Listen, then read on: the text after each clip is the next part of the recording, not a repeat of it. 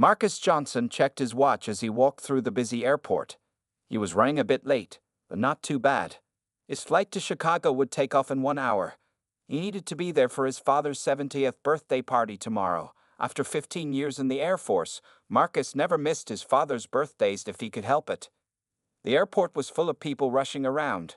Marcus moved with calm steps. At 38 years old, he had seen many busy places during his time in the military. He wore simple clothes, clean jeans, a blue button-up shirt, and comfortable shoes. The only sign of his military past was the small veteran's pin on his jacket. Marcus reached the gate and showed his ticket to the smiling gate agent. "First class, Mr. Johnson. You're all set. We'll begin boarding in 10 minutes, the gate agent said. Marcus nodded and took a seat. He had saved his airline miles for years to buy this first-class ticket. His father deserved the best, and Marcus wanted to arrive well-rested for the big celebration. When boarding began, Marcus waited for his group to be called and then walked onto the plane. He found his seat. 3A, a window seat in first class, and put his small bag in the overhead bin. He sat down and took a deep breath. Flying always made him a little nervous, even after all these years. A flight attendant walked by. Her name tag read Karen Willis. She looked at Marcus, then at the seat number, then back at Marcus. "Excuse me," she said with a tight smile. "This is the first-class section." Marcus smiled politely. "Yes, I know. 3A is my seat." Karen's eyebrows went up. "May I see your boarding pass, please?" Marcus took his boarding pass from his pocket and handed it to her. Karen looked at it for a long time, turning it over as if checking for something. "Is there a problem?" Marcus asked. "No," Karen said, but her tone suggested otherwise. She handed back the boarding pass and walked away without another word. More passengers came on board. A white businessman in an expensive suit sat across from Marcus in seat 3B. Karen greeted him warmly. "Welcome aboard, sir. Can I get you something to drink before takeoff?" "Water would be great, thanks," the businessman said. Karen quickly brought him water and gave him a warm smile. Then she continued helping other first-class passengers, offering drinks to everyone except Marcus. Marcus was thirsty after rushing through the airport. He waited patiently, but Karen never looked his way. Finally, he pressed the call button. When Karen returned, her smile was gone. "Yes," she asked coldly. "Could I please have some water?" Marcus asked politely. "We're very busy with boarding right now," Karen said loudly. "You'll have to wait until after takeoff like everyone else." The businessman across from Marcus looked up with surprise. "But you just served me water," he said. Karen ignored him. As she walked away, Marcus heard her mutter, "Some people don't know their place." Two other passengers in first class exchanged uncomfortable looks. One of them, an Asian woman in a business suit, frowned and took out her phone. Marcus sat quietly, his hands folded in his lap. This wasn't the first time he had faced this kind of treatment, but it still stung. He thought about his father, who had taught him to always keep his dignity. "Don't let them see that they hurt you," his father always said. "Hold your head high."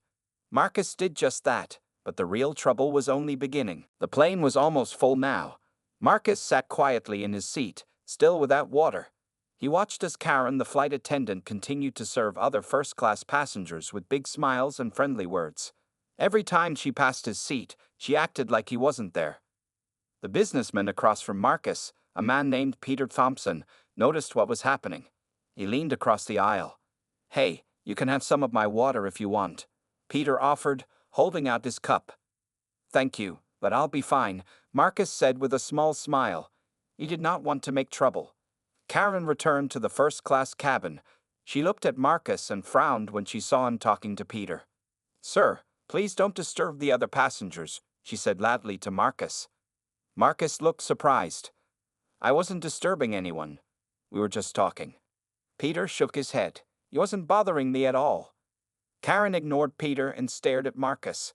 "I've had complaints about you," she lied. "Please keep to yourself during the flight." The Asian woman in the business suit, sitting 2 rows ahead, turned around when she heard this. She had been watching the situation closely.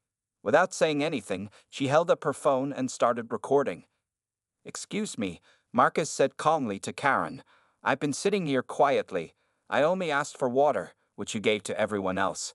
Is there a reason I'm being treated differently?" Karen's face turned red. "Are you accusing me of something?" she asked in a loud voice. "I don't appreciate your tone." Marcus kept his voice steady. "I don't have a tone. I'm simply asking why I haven't received the same service as other passengers in first class." More people were watching now. Karen seemed to get more upset as people looked at her.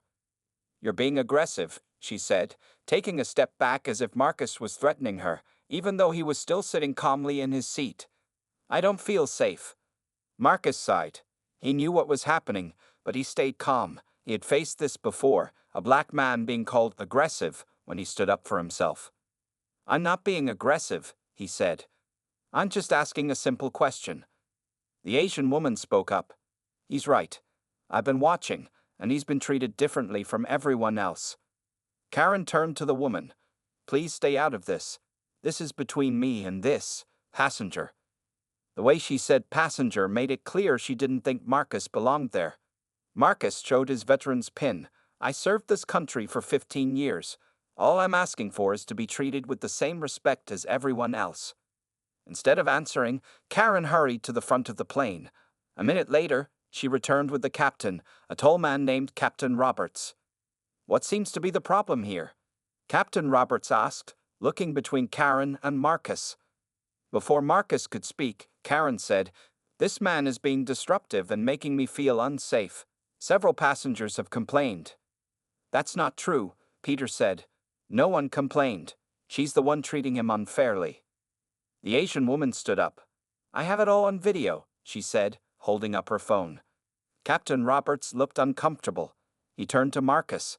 "Sir, I'm sorry, but I can't have disruptions on my aircraft. I'm going to have to ask you to leave the plane." "What?" Marcus couldn't believe what he was hearing. "I haven't done anything wrong." "It's not about right or wrong," the captain said quietly.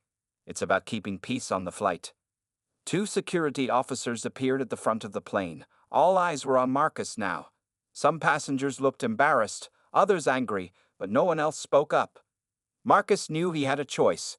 He could argue and make a scene, or he could leave with dignity. Thinking of his father's words, he chose dignity. "I understand," he said, standing up. "I'll go." As Marcus collected his bag, he had no idea that this moment of injustice would change his life forever. Marcus walked through the airplane door and into the jetway with the security officers behind him. His face showed no emotion, but inside he felt both angry and sad. This was not how he planned to start his trip to his father's birthday party. As they moved through the jetway, Marcus heard voices behind him. He turned and saw Peter Thompson and the Asian woman following them out. "This is wrong," Peter was saying loudly. "I'm not staying on that flight after what I just saw." The Asian woman nodded. "Me neither. I have the whole thing on video." The security officers looked uncomfortable. They had been told there was a problem passenger, but now other passengers were leaving too. "Sir," one officer said to Marcus, "we're sorry about this situation. We're just doing our job." "I understand," Marcus said. "You're not the problem." They reached the gate area. Several passengers from the plane were now standing there, talking to the gate agent. Some had left the plane to support Marcus. Others were just curious about what was happening. Karen, the flight attendant, appeared at the gate door. When she saw the group forming, her confident look faded a little. Captain Roberts stood beside her, looking more and more worried. "That's her," Peter said, pointing at Karen. "She's the one who caused all this trouble." The Asian woman stepped forward. "My name is Diane Chen. I'm a lawyer, and what I just witnessed was clear discrimination." She held up her phone. "I recorded everything." Karen's face turned pale. "You can't record on the plane. That's against policy." "Actually," Diane said calmly, "recording is only prohibited during safety announcements. There's no rule against recording bad service." More people gathered around. The gate agent was now on the phone, looking stressed. Marcus stood quietly, watching everything happen. He had not asked for this support, but he was thankful for it. Captain Roberts stepped forward. "Look, there seems to be a misunderstanding. If everyone calms down, maybe we can fix this." "The only misunderstanding," Peter said, "is that your flight attendant thinks she can treat people differently based on how they look." Karen tried to defend herself. "That's not true. He was being difficult. The video shows otherwise, Diane said. A man in a suit pushed through the crowd. He wore a badge that said, Eric Williams, airport manager. What's going on here? Eric asked. For the next few minutes, everyone talked at once. Marcus finally raised his hand, and the crowd got quiet. May I speak? He asked. Eric nodded. My name is Marcus Johnson. I'm an Air Force veteran. I bought a first-class ticket to visit my father for his 70th birthday. From the moment I sat down, that flight attendant, he pointed at Karen, treated me differently from everyone else. When I politely asked why, she called me aggressive and had me removed from the plane. Eric looked at Karen, who was now staring at the floor. Do others agree with this story? Eric asked the crowd. Many heads nodded.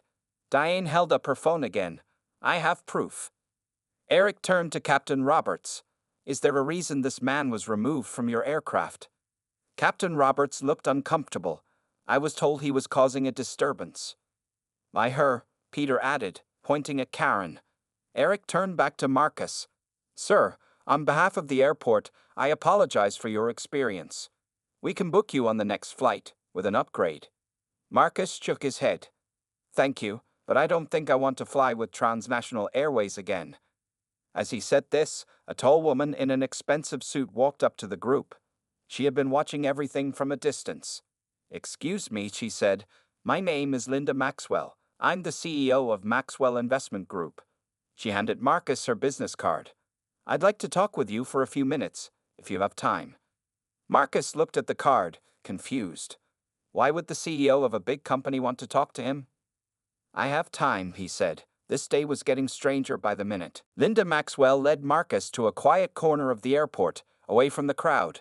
They sat down in comfortable chairs in a small VIP lounge. The room was peaceful compared to the noise outside. Thank you for agreeing to talk with me, Mr. Johnson, Linda said. She was a tall woman with short gray hair and kind eyes. What happened to you on that plane was terrible. Marcus nodded. It happens more often than people think. I'm just glad some passengers stood up for me this time. Linda looked at him carefully. I noticed how calm you stayed through everything. Most people would have gotten angry. My father taught me to keep my dignity, Marcus said. Getting angry wouldn't have helped. A server brought them coffee. Linda took a sip and then placed her cup down. Mr. Johnson, I was on my way to a very important business meeting when I saw what happened. I'm actually here to look at Transnational Airways. Look at it? Marcus asked, confused. My company, Maxwell Investment Group, buys other companies, Linda explained. We've been watching Transnational Airways for 6 months now. They're not doing well. They've been losing money, and their customer service is terrible. We were thinking about buying the airline and fixing these problems. Marcus was surprised. You want to buy the whole airline? Yes, Linda said. But now I'm not sure. What I saw today shows that their problems are worse than I thought. She paused. Tell me, Mr. Johnson, what do you do for work? I was in the Air Force for 15 years, Marcus said. I worked in logistics, planning how to move people and supplies efficiently. After I left the military, I got my MBA from Harvard. Now I work as a consultant helping companies improve their operations. Linda's eyes widened. You have a Harvard MBA, and you specialize in operations? Yes, Marcus said. I've worked with 3 other airlines in the past 2 years. Linda smiled. This is very interesting. You see, if we buy Transnational Airways, we'll need someone who understands airline operations and can fix their problems. She took out her phone and showed Marcus some numbers. These are their customer satisfaction scores. They're the worst in the industry. Marcus looked at the numbers and nodded. I've seen this before. It usually starts with poor management and spreads through the company culture. Exactly, Linda said. And what happened to you is a perfect example of their problems. Just then, Diane Chen walked into the lounge. Excuse me, she said. I wanted to make sure you're okay, Mr. Johnson. I'm fine, thank you, Marcus said, and please call me Marcus. Linda looked at Diane with interest. You're the lawyer who recorded the incident. Yes, Diane said. I'm Diane Chen, Chief Legal Officer for Sun Tech Industries. She handed Linda her business card. Linda looked impressed. Would you mind sharing that video with me? It could be very important. Diane looked at Marcus. Only if Marcus is okay with it. Marcus nodded. Of course. But why is it important to you, Mrs. Maxwell? Please call me Linda, she said. And it's important because I'm making a big decision right now. She looked at her watch. My team is waiting for me. We have a meeting with Transnational's executives in 30 minutes to discuss possibly buying their company. She turned to Marcus with a serious face. But now I have a different idea. Would you be interested in coming to this meeting with me? I think the transnational executives should see what's happening on their planes. And I'd like them to meet the man who might help turn their airline around. Marcus was shocked. 5 minutes ago, he was kicked off a plane. Now he was being invited to a meeting about buying that same airline. Life could change so quickly. Yes, he said. I would be very interested. 20 minutes later, Marcus found himself walking into a large meeting room in the airport's business center. Linda Maxwell walked beside him, and Diane Chen followed with her phone ready to show the video. 4 men in expensive suits sat around a table, looking impatient. Sorry I'm late, gentlemen, Linda said, not sounding sorry at all. I had an unexpected situation to handle. The oldest man at the table stood up. He had white hair and a red face. Mrs. Maxwell, we've been waiting. And who are these people? This meeting is supposed to be private. Mr. Harrington, this is Marcus Johnson and Diane Chen, Linda said. They're here because they just showed me something important about your airline. Mr. Harrington, the CEO of Transnational Airways, looked confused. The other men whispered to each other. Please sit down, Linda said to everyone. Before we talk about buying your airline, I want to show you something.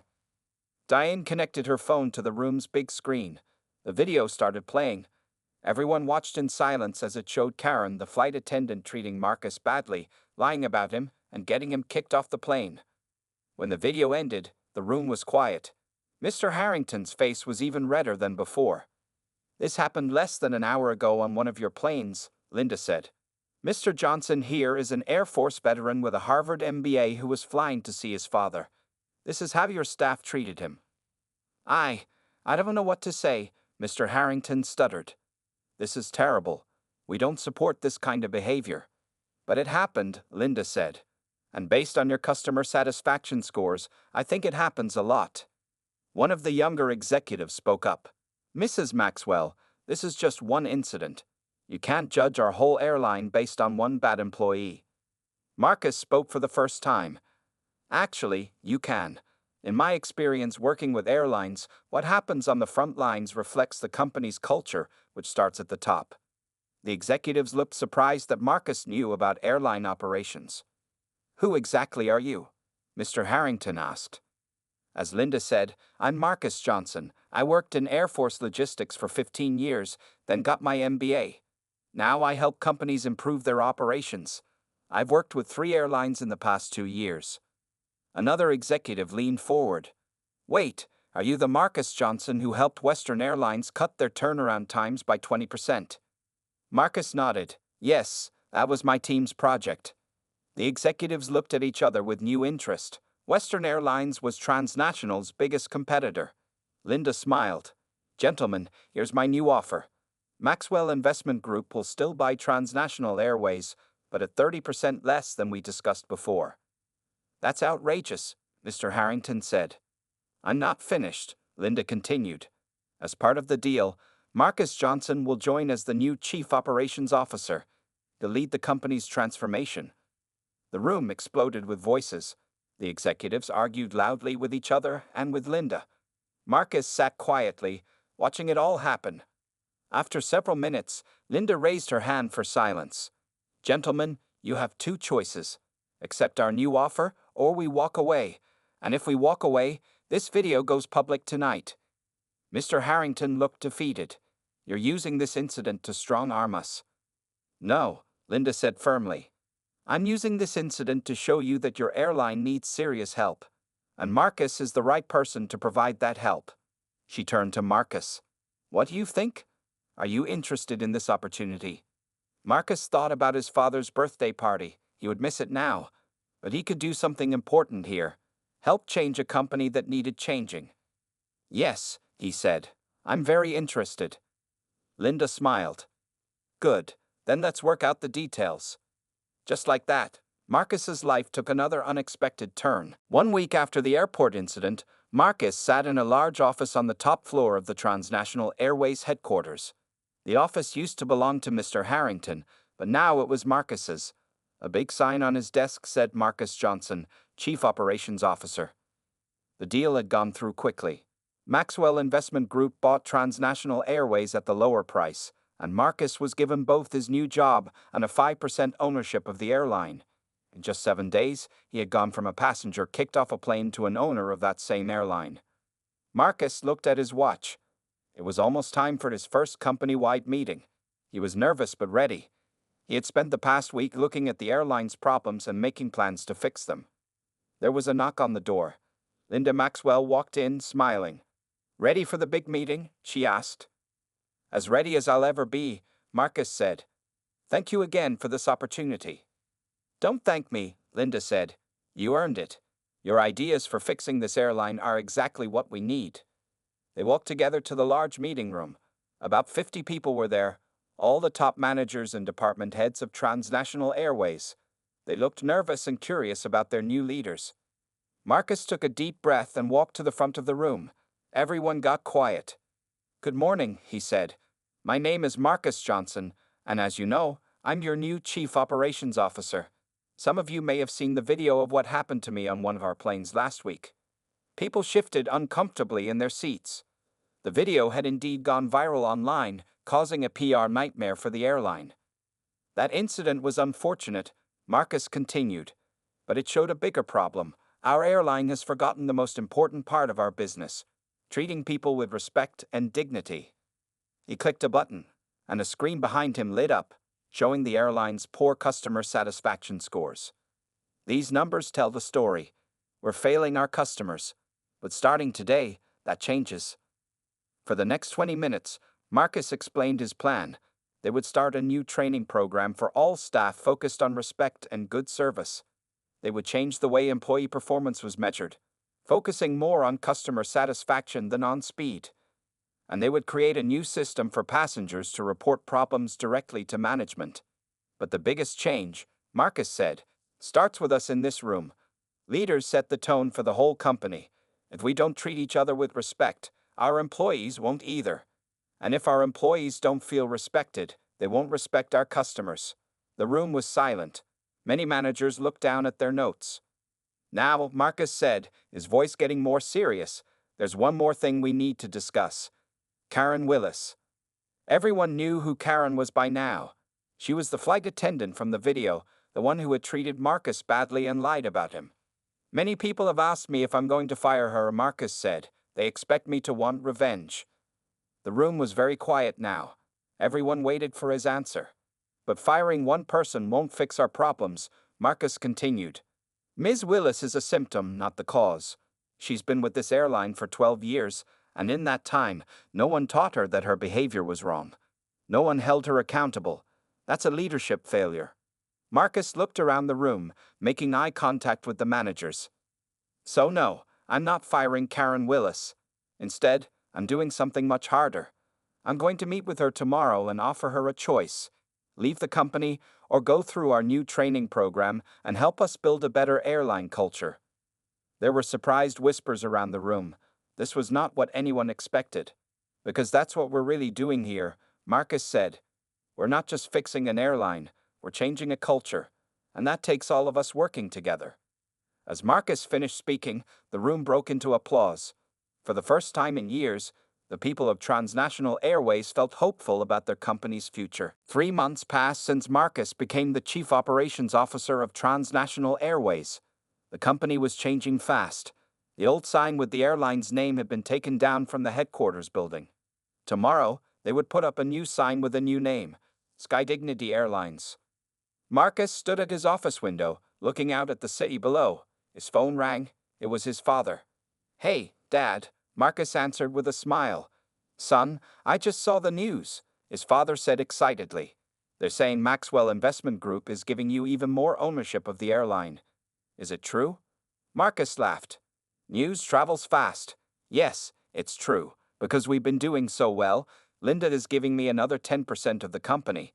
That means I now own 15% of the airline. I'm so proud of you, his father said, from being kicked off that plane to owning a big piece of the airline in just 3 months. It's amazing. Thanks, Dad. I still can't believe it sometimes. After talking with his father, Marcus walked to the meeting room where Karen Willis was waiting for him.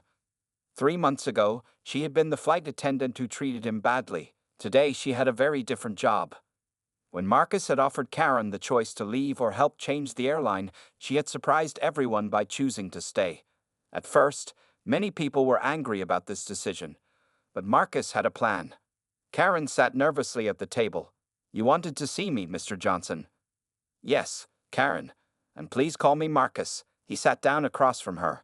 I want to talk about your new role. After going through the training program, Karen had been given a special job. She now worked in the new customer respect department, talking to passengers who had bad experiences with the airline. Your work has been excellent, Marcus said. You've helped many unhappy customers feel heard and respected. Karen looked down. After what I did to you, I never expected to get a second chance. Everyone deserves a second chance, Marcus said. But what matters is what you do with it. And you've done good work. There was a knock on the door, and Linda Maxwell walked in with a group of important-looking people. Marcus, the board members are here for the big announcement, Linda said. Marcus stood up. Thank you, Karen. We'll talk more later. Karen left, and the board members took seats around the table. Linda stood at the front of the room with Marcus. Ladies and gentlemen, Linda said to the board, 3 months ago, we bought a failing airline with terrible customer service. Today, I'm proud to say that SkyDignity Airlines has the most improved customer satisfaction scores in the industry. The board members clapped. One woman said, and the credit goes to Marcus. His leadership has been amazing. Linda nodded. That's why I've asked you all here today. I'm happy to announce that Maxwell Investment Group is giving Marcus Johnson an additional 10% ownership in SkyDignity Airlines. This brings his total ownership to 15%. More applause filled the room. Marcus felt both proud and humble. He had worked hard, but he also knew he was lucky. Thank you, he said. But the real success comes from our team. We've hired more diverse staff, improved our training, and created a culture where respect comes first. Our employees are happier, which makes our customers happier too. An older board member spoke up. I've been in this business for 40 years, and I've never seen a turnaround like this. What's your secret? Marcus thought for a moment. There's no secret. We just remembered that airlines are about people, not just planes. And when you treat people with dignity, good things happen. As the meeting continued, Marcus thought about how much had changed. 3 months ago, he was just a passenger being treated unfairly.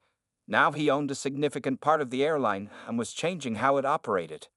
Life could take strange and unexpected turns, but sometimes those turns led to something better than you ever imagined. 1 year had passed since the day Marcus was kicked off the Transnational Airways flight. Today, he stood on a stage in front of hundreds of people at the grand opening of SkyDignity Airlines' new headquarters. The past year had been amazing. SkyDignity, formerly Transnational Airways, was now the fastest-growing airline in the country. Their customer satisfaction scores had gone from worst to first in the industry.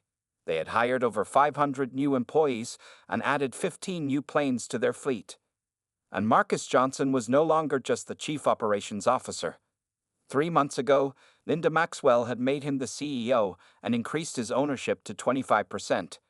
Marcus Johnson now owned a quarter of the entire airline. Ladies and gentlemen, Marcus said to the crowd, welcome to the new home of SkyDignity Airlines. The audience clapped loudly. Reporters took pictures. TV cameras recorded everything. 1 year ago, I was just a passenger on a plane, being treated unfairly because of how I looked. Today, I stand before you as the CEO of that same airline, though with a new name and a new spirit. In the front row, Marcus could see his father smiling proudly. Next to him sat Diane Chen and Peter Thompson, the passengers who had stood up for Marcus that day on the plane. They had become good friends and now served on the airline's customer advisory board. Our success this year proved something important, Marcus continued. Treating people with dignity isn't just the right thing to do. It's also good business. He pointed to a large screen behind him showing the airline's financial results. Profits were up 45% from the previous year. At Sky Dignity, we've created a culture where respect comes first. Our employees are happier. Our customers are happier. And yes, our investors are happier too.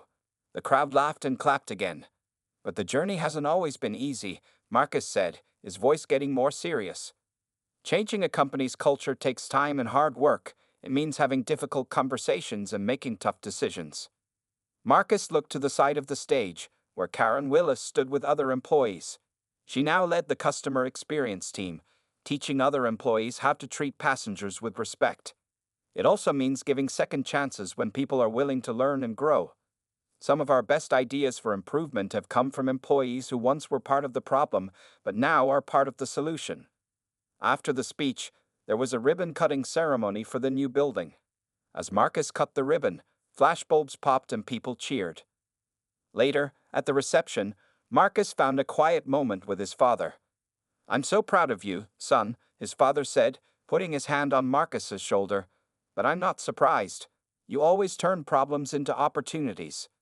Marcus smiled. "I learned that from you, Dad. Remember what you always told me? Hold your head high, no matter what happens." His father nodded. "And look at you now. You built something special here." Just then, Linda Maxwell joined them. "Sorry to interrupt, but Marcus, there's someone who wants to meet you." She led Marcus to a young black woman who looked about 20 years old. The woman seemed nervous. "This is Jasmine," Linda said. "She just graduated from college and wants to work in airline management." "It's nice to meet you, Jasmine," Marcus said, shaking her hand. "Mr. Johnson, your story inspired me," Jasmine said, her eyes shining. "I never thought someone who looked like me could run an airline until I saw you do it." Marcus felt a lump in his throat. This was why his work mattered. It wasn't just about fixing an airline. It was about showing what was possible. "Jasmine, let me tell you something I've learned," Marcus said. "Life can change in an instant. One day you're a passenger being kicked off a plane. The next day, you're on a path to owning that airline. The key is to stay true to yourself through it all." As he looked around at all he had built, Marcus knew that the worst day of his life had somehow led to the best year of his life. And this was just the beginning. The end.